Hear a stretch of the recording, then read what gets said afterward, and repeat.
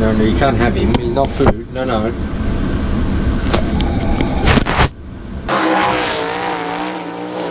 All right, another great Indiana day here. Tonight we have Indiana Midget Week, Kokomo Speedway, favorite track in the world.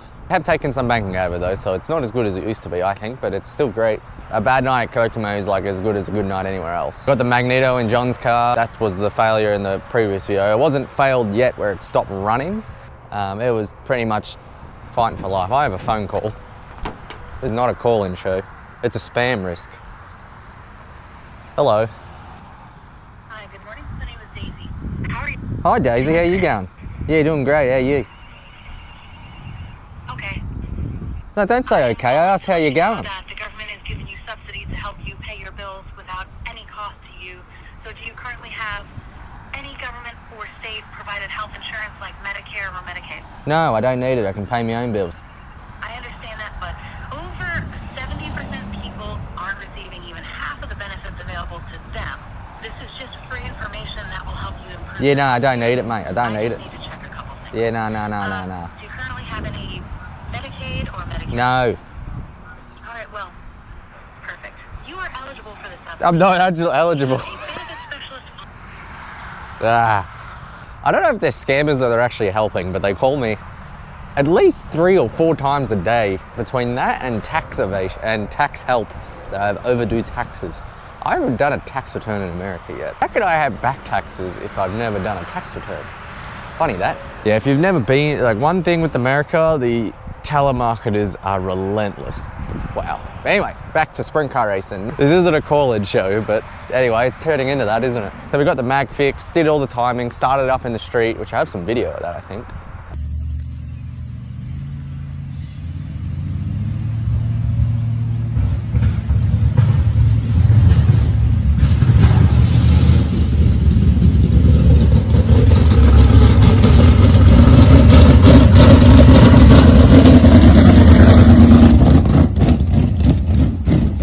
And yeah, it ran great, sounded sharp. A massive thanks to Wingos for doing that. I got more footage from here than I thought. I thought my GoPro was screwing up, but it didn't. Just some goober left it on after the heat race and it went flat. Also, I got some footage of Pitfit. So if you don't know, I train at Pitfit. I'm not gonna say, it is for elite motorsport athletes, but I don't feel like I'm in that level yet. But it's pretty much, you have the tools to do that. I do train like them, but I don't think I'm there yet. Not in the strength department. I just gotta get a little more beefed up, but that's what this off season's for. That's why I've decided to stay here so I can keep my training consistent at one place. When you're bouncing back and forth, it just gets a little difficult between that and where I was at Axis. So both got me strong, but it just seems like I just need to stay at one place. And plus I have all the stuff in this race shop to figure out. I do. I just want to be involved. I work on the cars as much as I can, so that's usually how I do it. I don't bring money, I don't do any of that. I help where I can if I need help. Odds are I'm just putting in a bit of work on the cars, you know, it doesn't take a lot, and that's just what my deal's been. Here's some Pitfit. I'm doing some of the vision training stuff that I also do at Ares, but this is a little bit of a different. We'll have all that throughout the off season too, because it's pretty neat what I do there. Just get those little half percenters, 1%ers, you know, they do help a lot. You'll see I have some issues throughout the season with my eyes, I think, from that Bloomington crash. I'm trying to rectify that now, and it seems like it's paying off, but it's just gonna not take overnight. Anyway, here it is.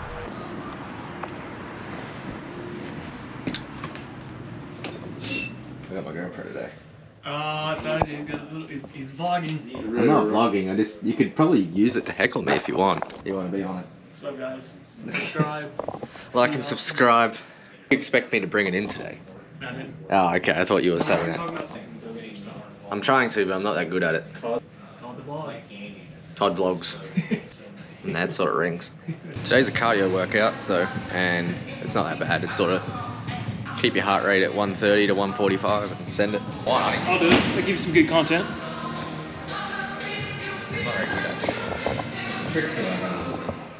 I'll be showing up if you want.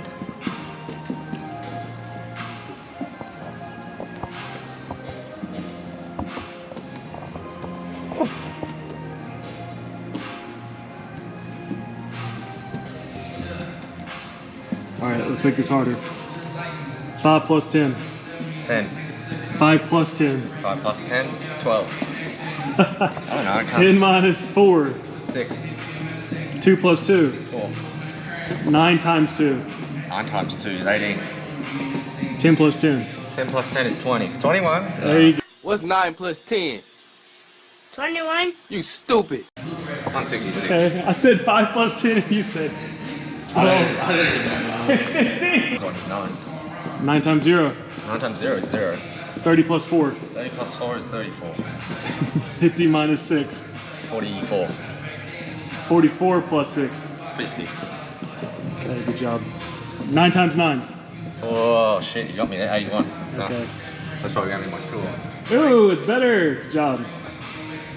Has a new collar. Oh, go fast. Yeah, it's got an air tag on it and everything. Air tag. Can't lose him. He loves Never go anywhere without us. Yeah, I think he wouldn't. I don't think it'd ever happen.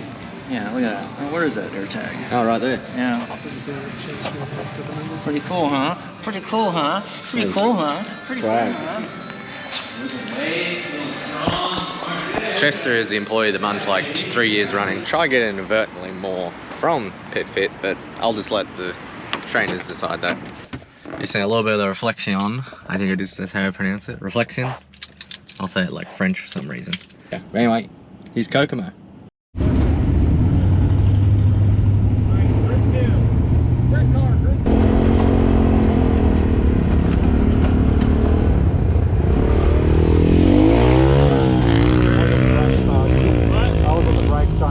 You're good, buddy.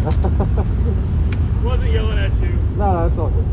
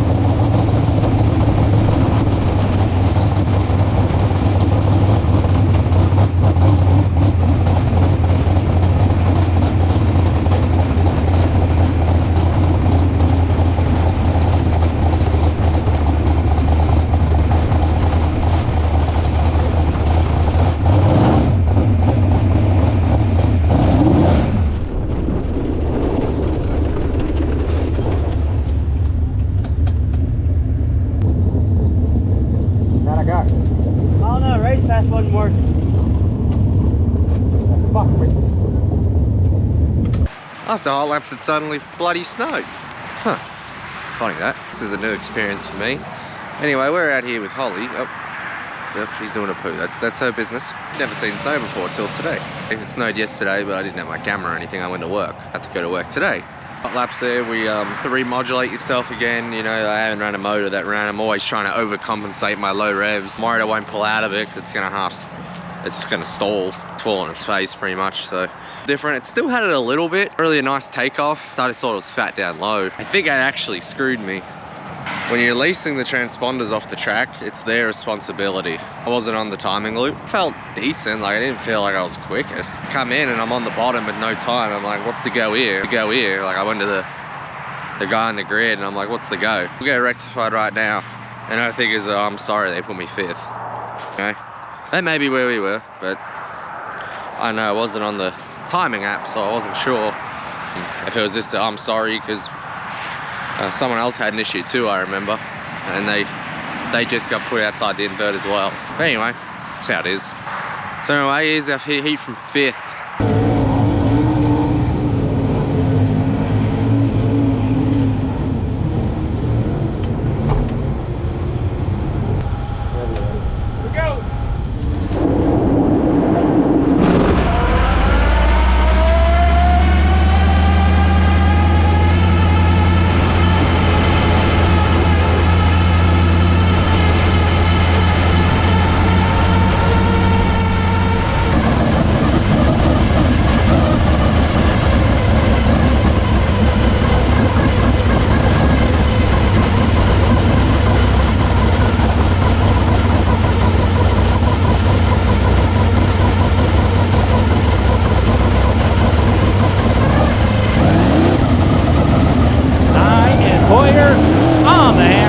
Oh boy, here we go, stacking them up.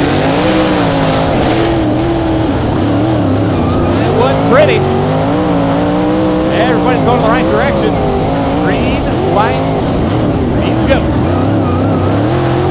Jack Hoyer now showing the way after that wild start. Scotty, we're quickly up to the 2nd spot, 9th, 3rd battle right now between Hernandez and Shank. Hernandez now. Final transfer spot, the Fox Small to number 5. So far, 25 to their P's and Q's after that rough spot, top 2 and broken away. Paul Hazen's first night out in 57, card-carrying member of the National Sprint Car Hall of Fame.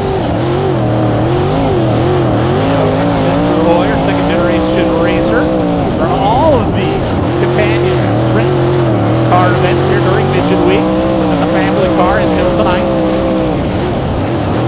And it looks sporty. Hayes at 57 is here to play. Quickly. Lap start and slide away here. Heat number 2. Front 2 checked out. Gone.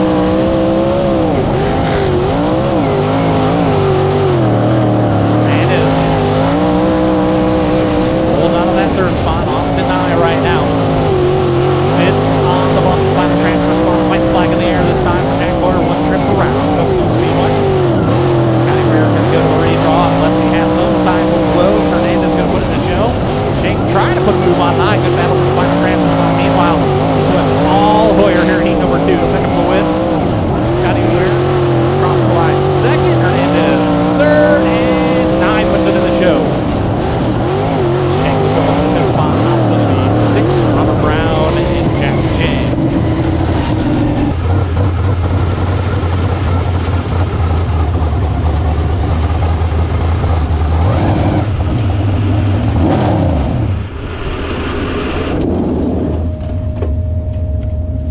All right, here's the Maserati now. It's not snowing anymore, and I'm in a different t-shirt. Wonder why. Just wardrobe. Change of wardrobe. Just on today, t-shirt weather for me, which is usually well into hoodie weather for everyone else. Race, we just, got a horrible start really, and once again with that right front just stabbing itself into the ground, it's just not fun. I had to blow up on entry way more than I wanted and chase it to the center. But Kokomo's is so fast through the middle now, like it's not, like the entries are so narrow, and even out of 4 now you just got to chase it wide. I was trying to shorten it and going nowhere. Couldn't get it figured out. Part of it, so I think we finished 6th, starting 6th or 4th in the B. Made his debut here at SmackDown. Green flag, and here we go. B mains underway. Field the truck down into 1 and 2. Everybody looking for a little room to operate. Meanwhile, so far so good as we hustle down the back straightaway. Clark showing the way. He'll lead him by for lap number 1. So 1 in the books. Clark out front. Shank under attack right now by Hartley Burns. THOBSON right now. The Aussie. Oh, baby, he bites it. Puts her down. Shank gets her crossed up. Oh, my. somehow everybody keeps it in the right direction. High pucker factor for the 06. Now look at the front three to break away a little bit. Mid-pack, everybody is looking for some room to operate. So elbows getting up. As Grissom spins around the 00, and that'll draw the caution. So far, Braden Clark, like a herd of turtles, off a 3 on the hammer and 4, and we're back at it at Kokomo. Bottom side is where the front 4 are. Gray will tiptoe the top side on the outside looking in. Here comes Rylan Gray, looking to go 2 for 1. He'll get at least that transfer spot. California native Shank will try, challenge him again. He'll take it back from him, so some good action. 2 guys duking it out. Only 1 spot available in the dance. We're just shy of halfway. Meanwhile, the bus driver, Harley Burns, out front. Butler off the pace. Will make the hard left. He'll join the 37. Call it a night. We'll stay green. Halfway, says Tommy.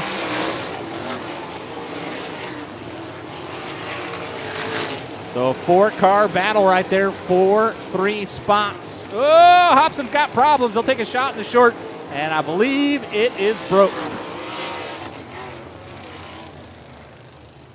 Tough break for the Australian ace.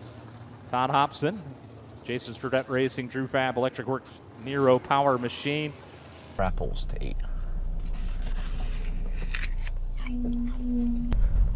Car is stopped. Well, it didn't actually stop. It lost drive, so motor was still running because you see where it slowed down. That's your peak RPM. So it broke at probably about 83 to 8400 revs, but when it zinged, it went to 9800 revs, which for a pushrod engine, that's a death sentence. Initially, it broke a drive shaft. It broke the rear end gears. You could hear it, I think, chip a tooth in the heat race, I reckon, because it sounded like a supercharger were. I didn't mention that.